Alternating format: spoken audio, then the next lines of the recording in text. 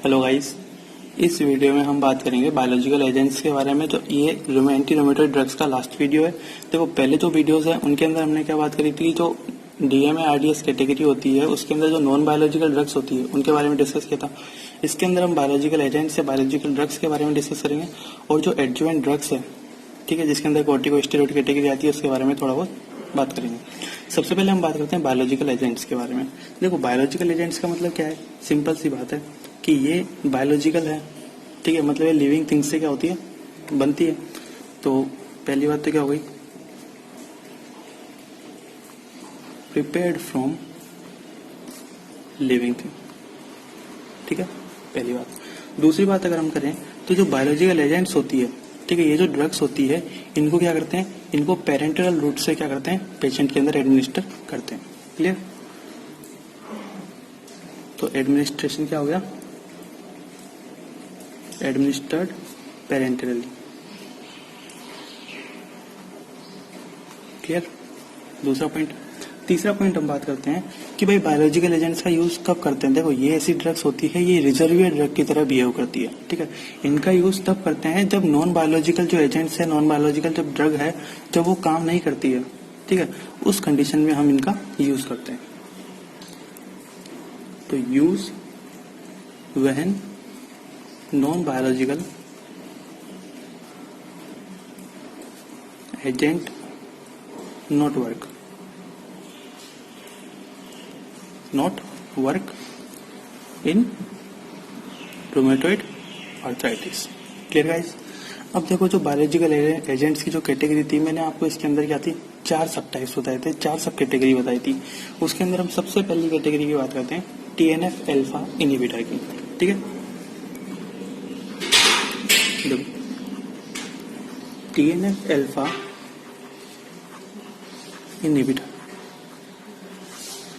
देखो, सबसे पहले मैं बताता हूँ टीएनएफ होता क्या है, ठीक है। देखो, टीएनएफ अल्फा जो होता है ना, क्या होता है, TNF alpha, tissue necrosis factor alpha.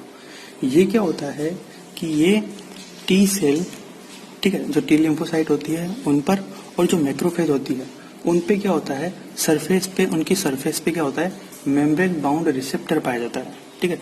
वो मेम्ब्रेन बाउंड रिसेप्टर्स होते हैं, वो क्या होते हैं, टीएनएफ अल्फा रिसेप्टर होते हैं, ठीक है। तो ध्यान रखना, टीएनएफ अल्फा की हम बात करते हैं तो ये क्या है, टी सेल और टी लिम्फोसाइट और जो मैक्रोफेज है उनकी सरफेस पे मेम्ब्रेन बाउंड रिसेप्टर है। 2 टाइप के होते हैं, ठीक है। तो टीएनएफ क्या करता है, जो टिश्यू नेक्रोसिस फैक्टर है अल्फा, ये क्या करता है, ये एक्टिवेट करता है, ठीक है। किसको एक्टिवेट करता है, मेम्ब्रेन बाउंड रिसेप्टर, ठीक है, membrane bound receptor on the surface of T lymphocyte, T cell and macrophage, ठीक है। और ये जो मेम्ब्रेन बाउंड रिसेप्टर होते हैं, तो टिश्यू नेक्रोसिस फैक्टर जो रिसेप्टर होते हैं वो 2 टाइप के होते हैं, ठीक है। एक होता है TNF R1, tissue necrosis factor receptor R1, and एक होता है टिश्यू नेक्रोसिस फैक्टर रिसेप्टर 2, ठीक है। इन दोनों को क्या करता है, टीएनएफ अल्फा जो होता है एक्टिवेट करता है। जब इनको ये एक्टिवेट करेगा, टिश्यू नेक्रोसिस फैक्टर क्या करेगा, इस रिसेप्टर को एक्टिवेट करेगा। तो एक्टिवेट करेगा तो उससे क्या होगा, ये आगे जाकर किसमें पार्टिसिपेट करेंगे, ये इन्फ्लामेशन में पार्टिसिपेट करेंगे। और क्या होगा, आपको पता है कि जो रूमेटॉइड आर्थराइटिस में क्या होता है, इन्फ्लामेशन होती है साइनोवियल जॉइंट के अंदर, ठीक है। तो क्या करेगा, इन्फ्लामेशन इन रूमेटॉइड आर्थराइटिस। Clear guys? अब हम बात करते हैं, तो जो tissue necrosis factor alpha inhibitor है, ये इनहिबिटर क्या करता है, ये जो टिश्यू नेक्रोसिस फैक्टर अल्फा है इसको क्या करता है, इनहिबिट कर देता है। जब इसको ये इनहिबिट कर देगा तो ये क्या करेगा, अगर ये इनहिबिट हो गया तो इनकी सरफेस पे जो रिसेप्टर है वो एक्टिवेट नहीं हो पाएंगे। अगर एक्टिवेट नहीं हो पाएंगे तो क्या होगा, उससे इन्फ्लेमेशन नहीं होगी और रूमेटॉइड आर्थराइटिस के अंदर क्या होगा, हमारे फायदा मिलेगा, ठीक है। तो टीएनएफ अल्फा इनहिबिटर क्या करता है, inhibit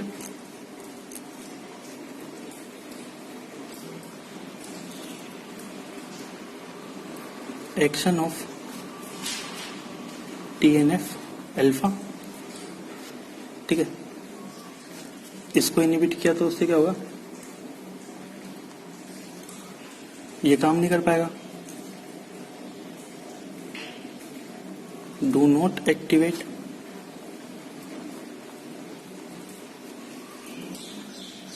tissue necrosis factor receptor R1 and TNF R2, clear guys. और अगर ये नहीं हुआ तो इससे क्या होगा, आगे जाकर के इन्फ्लामेशन नहीं होगा। इन्फ्लामेशन क्यों नहीं होगा, क्योंकि तो टी सेल और मैक्रोफेज है वो आगे जाकर क्या हो जाएगी, सप्रेस हो जाएगी, suppress macrophage and T cell, clear यहाँ तक समझ आ गया। तो इस टाइप से क्या करता है, एक्ट करता है, ठीक है, टिश्यू नेक्रोसिस फैक्टर इनहिबिटर। अब देखो, जो tissue necrosis factor alpha inhibitor होते हैं, इनको क्या है, कौन से रूट से देते हैं, इनको जो है सबक्यूटेनियस रूट से देते हैं। देखो मैंने पहले बताया है कि इसको क्या है, पेरेंट्रली रूट से देते हैं, ओरल रूट से देते हैं, क्या करते हैं, पेरेंट्रल रूट से देते हैं, ठीक है। एंट्रल नहीं होगा, लोकल नहीं होगा, केवल पेरेंट्रल होगा। तो इसका जो रूट होगा वो कौन सा होगा, सबक्यूटेनियस रूट से देते हैं इसको, ठीक है गाइस। अगर मैं बात करता हूँ एडवर्स इफेक्ट की, ठीक है, एडवर्स इफेक्ट की, तो एडवर्स इफेक्ट में केवल आपको एक चीज ध्यान रखनी है, opportunistic infection including TB. Simple सी बात है कि इस बंदे का क्या है, इम्यून सिस्टम है वो क्या हो रहा है, सप्रेस हो रहा है। तो इम्यून सिस्टम सप्रेस होने की वजह से क्या होगा, ठीक है, अच्छे से काम नहीं कर रहा, तो इसलिए इसी वजह से क्या है कि जो अदर वायरस और बैक्टीरिया हैं वो इस पर अटैक कर सकते हैं और इन्फेक्शन हो सकता है, ठीक है। तो ये इसका एडवर्स इफेक्ट है, ठीक है। Opportunistic infection including TB, clear guys. तो ये इसका एडवर्स इफेक्ट हो गया। अब हम बात करते हैं इसके अंदर कि जो TNF अल्फा इनहिबिटर होता है उसको यूज किस किस में करते हैं, ठीक है। देखो हम रोमेटिक आर्थराइटिस तो पढ़ ही रहे हैं, इसका मतलब इसके अंदर तो यूज करेंगे ही करेंगे, ठीक है। रोमेटिक आर्थराइटिस के अंदर हम इसका यूज करते हैं। इसके अलावा हम एक डिजीज होती है सोरियासिस, ठीक है, सोरियासिस जो डिजीज होती है उसके अंदर भी क्या करते हैं हम TNF अल्फा इनहिबिटर का यूज करते हैं। एक डिजीज होती है क्रॉन्स डिजीज, ठीक है, इसमें भी हम क्या करते हैं, इसका यूज करते हैं। देखो क्रॉन्स डिजीज क्या होती है, ये एक इंटेस्टाइनल डिजीज होती है, ठीक है, क्रोनिक इन्फ्लामेशन है किसका, इंटेस्टाइन का, ठीक है, जिसके अंदर क्या होता है कि डाइजेस्टिव ट्रैक्ट की जो एपिथेलियम होती है वो क्या होती है, डैमेज हो जाती है, क्लियर, उसमें इन्फ्लामेशन होता है। तो ये जो है आपके TNF अल्फा इनहिबिटर के बारे में बात। अब मैंने आपको जो दो इसके अंदर इस कैटेगरी के अंदर जो 3 ड्रग बताई थी वो कौन सी थी, एटानेरसेप्ट, इन्फ्लिक्सिमाब और एडालीमुबाब, ठीक है। आप इसको जो है क्लासिफिकेशन वाला वीडियो है उसके अंदर आप देख सकते हो, ठीक है। तो मैं यहाँ पे नहीं लिखूंगा इसके बाद, तो तीनों ड्रग के अंदर ये सेम चीज लिखनी है, ठीक है। अब हम दूसरी बात करते हैं। देखो बायोलॉजिकल जो एजेंट्स है उसके अंदर पहली कैटेगरी कौन सी हो गई, TNF अल्फा इनहिबिटर। दूसरी कैटेगरी कौन सी है, दूसरी कैटेगरी है आपका इंटरल्यूकिन-1 एंटागोनिस्ट, ठीक है। उसके अंदर ड्रग कौन सी आती है, देखो इसके अंदर तो यहाँ पे 3 ड्रग आती है, मैं चलो लिख ही देता हूँ यहाँ पे। ये 3 ड्रग कौन कौन से हो गए इसके अंदर, एक तो वही कौन सी, एटानेरसेप्ट, एंड एक हो गया कौन सा, इन्फ्लिक्सिमाब, और एक कौन सी हो गई, कौन सी आपके, एडालीमुबाब, ठीक है। इस 3 ड्रग हो गई, इन 3 ड्रग के बारे में सेम बातें ये, ठीक है। अब मैं आपको बता रहा हूँ किसके अंदर, मैं बता रहा हूँ कि जो दूसरा जो कैटेगरी थी वो कौन सी थी, इंटरल्यूकिन-1 एंटागोनिस्ट। उसके अंदर कौन सी ड्रग थी, उसके अंदर ड्रग थी आपके पास एनाकिंड्रा। तो एनाकिंड्रा के बारे में आपको ज्यादा बात याद नहीं करनी, आपको सिंपल सा इतना सा याद करना है, इसको कौन से रूट से देते हैं, ठीक है।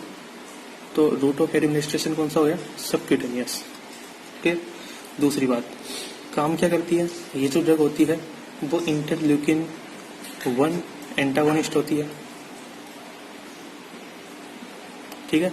तो ये क्या होगा, इसकी मोड ऑफ एक्शन भी होगा, ठीक है। क्या काम करती है, इंटरल्यूकिन-1 एंटागोनिस्ट होती है। तीसरी बात, इसका एडवर्स इफेक्ट क्या है, इस ड्रग का एडवर्स इफेक्ट वही सिंपल सा है, सेम है, वही क्या है, अपॉर्चुनिस्टिक इन्फेक्शन। जो मैंने आपको TNF अल्फा इनहिबिटर के अंदर बताया था वही चीज है, ठीक है। और लास्ट है कौन सा आपके पास इसके अंदर, यूज। तो इसका यूज ओनली ऑन किस में करते हैं, रोमेटिक आर्थराइटिस के अंदर करते हैं, ठीक है। अब देखो, अब हम बात करते हैं किसके अंदर, तीसरी ड्रग के बारे में, एबाटासेप्ट के बारे में। देखो एबाटासेप्ट क्या है, ठीक है। जो मैंने आपको बताया था इसके अंदर मैंने आपको क्या बताया था, मैंने आपको जो स्टार्टिंग के अंदर बायोलॉजिकल जो एजेंट्स थे उसके अंदर क्या बताई थी, 4 कैटेगरी बताई थी, ठीक है। उसमें TNF अल्फा इनहिबिटर था, इंटरल्यूकिन 1 एंटागोनिस्ट था जिसके अंदर एनाकिंड्रा आ रहा था, तीसरी बताई थी T सेल मॉड्यूलेटिंग एजेंट, और चौथी बताई थी कौन सी, बी लिम्फोसाइट डिप्लेटर।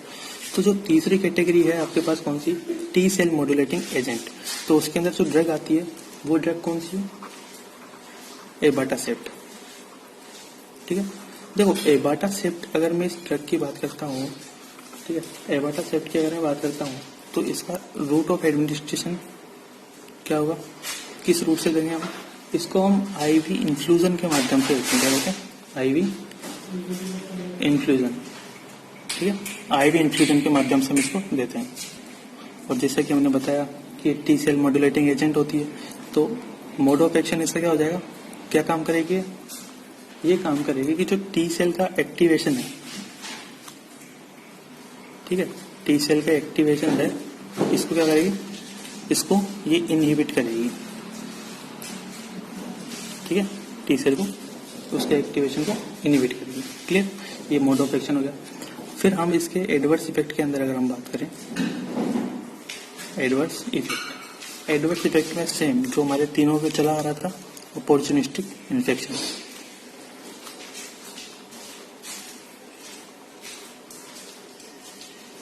ठीक है, अपॉर्चुनिस्टिक इन्फेक्शन।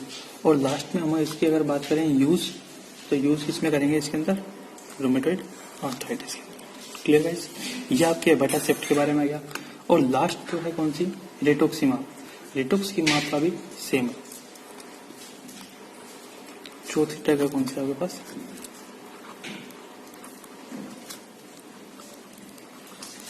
रिटुक्सिमाब। देखो रिटुक्सिमाब का सिंपल सा है कौन सा, कि इसका रूट ऑफ ड्रग एडमिनिस्ट्रेशन क्या है, मतलब कौन से रूट के थ्रू हम इसको पेशेंट में देते हैं। तो रूट कौन सा हो गया इसका, आईवी इन्फ्यूजन के माध्यम से, ठीक है। दूसरी बात, काम क्या करती है, मोड ऑफ एक्शन की अगर हम देखें तो ये क्या था, ये डिप्लेटर था, बी लिम्फोसाइट डिप्लेटर, ठीक है। तो ये क्या करती है, depletes B lymphocyte, deplete B lymphocyte. Clear guys, इसके अंदर फिर एक है हमारे पास कौन सा, एडवर्स इफेक्ट। अब देखो एडवर्स इफेक्ट तीनों के अंदर सेम चला रहा था, किसके अंदर, T अल्फा इनहिबिटर के अंदर, इंटरल्यूकिन 1 एंटागोनिस्ट के अंदर, T सेल मॉड्यूलेटिंग एजेंट के अंदर। बट इसके अंदर जो एडवर्स इफेक्ट होता है वो एडवर्स इफेक्ट क्या होगा, इसका जो एडवर्स इफेक्ट है हल्का सा अलग होगा, वो होगा कौन सा, स्किन रेसेस, ठीक है, स्किन पे छोटे छोटे रेसेस हो जाते हैं। और इसका यूज किसमें करते हैं, यूज सिंपल सा वही, इसका यूज करते हैं किस, रूमेटॉइड आर्थराइटिस के अंदर, ओनली रूमेटॉइड आर्थराइटिस में करते हैं। और इसको किसके साथ देते हैं, जो रिटुक्सिमाब है इसको मीथोट्रेक्सेट के साथ देते हैं, किसके साथ, मीथोट्रेक्सेट, जो कि नॉन बायोलॉजिकल एजेंट होता है। क्लियर गाइस, तो ये जो है आपके बायोलॉजिकल एजेंट्स हैं। अब हम थोड़ा सा बात करते हैं किसके अंदर, जो एडजुवेंट ड्रग कैटेगरी थी, सेकंड नंबर की मेन कैटेगरी थी, उसके अंदर कोर्टिकोस्टेरॉइड आ रहा था, उसके बारे में हम डिस्कस करते हैं, ठीक है। तो देखो जो कोर्टिकोस्टेरॉइड्स हैं, ठीक है, वो कोर्टिकोस्टेरॉइड क्या होते हैं, ये इम्यूनो सप्रेसेंट होते हैं और एंटी इन्फ्लामेटरी होते हैं। देखो ये जो लाइन है ना, immuno suppressant and anti inflammatory, ठीक है गाइस, ये जो है आपको सारी ड्रग के अंदर लिखना है, इसके अंदर किसके अंदर, रूमेटॉइड आर्थराइटिस की ड्रग के अंदर, पहली बात, ठीक है।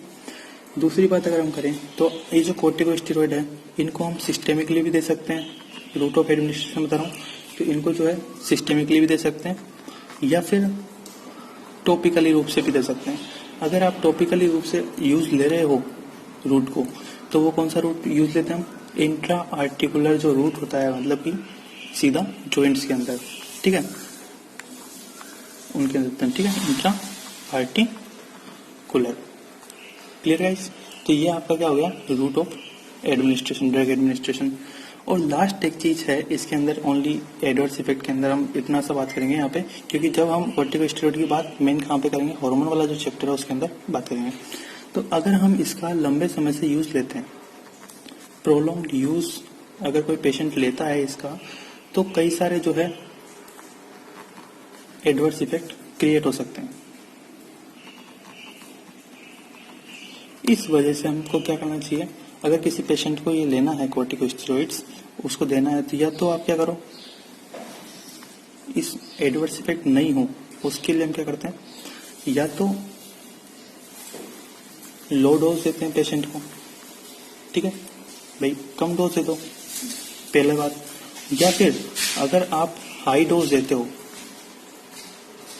तो वो कम समय के लिए दो, ठीक है, फॉर शॉर्ट पीरियड, ठीक है गाइस। तो ये जो है आपका कंप्लीट एंटी रोमेटॉइड ड्रग्स के बारे में बात आती है, ठीक है। Thank you guys watching for this video. अगर आपको ये वीडियोस अच्छे लगते हैं तो प्लीज आप चैनल को सब्सक्राइब करें और शेयर करें। Thank you.